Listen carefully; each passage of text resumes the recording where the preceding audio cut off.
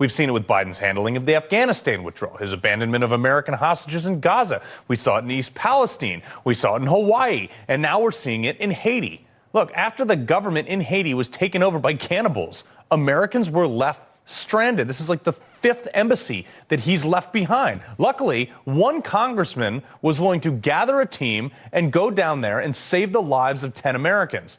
Well, that congressman joins me now. Congressman Cory Mills, member of the Armed Services Committee and Foreign Affairs Committee. Congressman, good to see you again. My only gripe with you doing this is that you didn't call me first to join you. But, however, tell us about how this whole thing went down, because Haiti's been in trouble for a long time.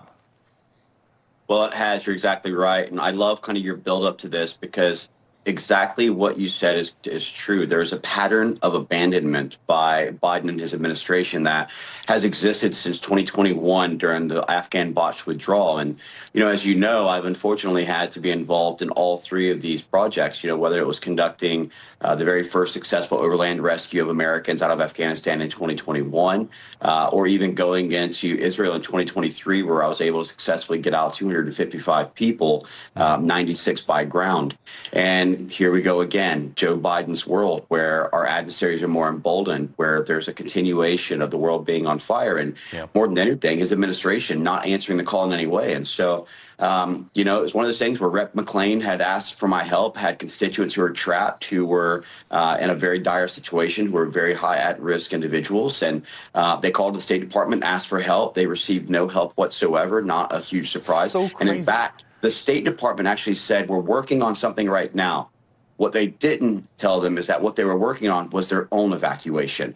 The very next day, the people that Mitch Albom and others were in contact with asking for help had been evacuated themselves as at-risk, non-essential personnel, leaving Americans behind. This is just what this administration does. It's unbelievable. Look, Ron DeSantis, he's on the right track here down in Florida. He's preparing for this influx of migrants, because the Biden administration was, of course, like, oh, let's bring them all to America. What could possibly go wrong when they're cannibals named barbecue?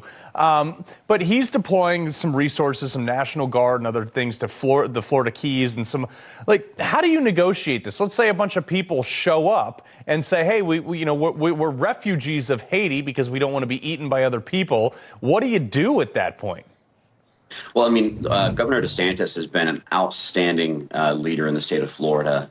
He's continued trying to answer the call, whether it was deploying our state troopers over to the border in Texas to try and support and assist there, whether it's deploying the National Guard there in Florida to ensure the protection of our sovereignty. But at the end of the day, this is a very difficult procedure that the State Department, as well as for the state of Florida, are going to have to take up when it comes to people who are actually claiming refugee asylum cases. The problem is this. This has been going on for quite some time. We've had report after report by CBP where an increasing number of Haitians are coming across Eagle Pass and other areas of Texas. And so you're seeing where if they have the ability to get to these other countries within South America and Central America, Florida is not their only answer. America is not the only answer. At certain points, it doesn't become asylum seeking, it becomes opportunism.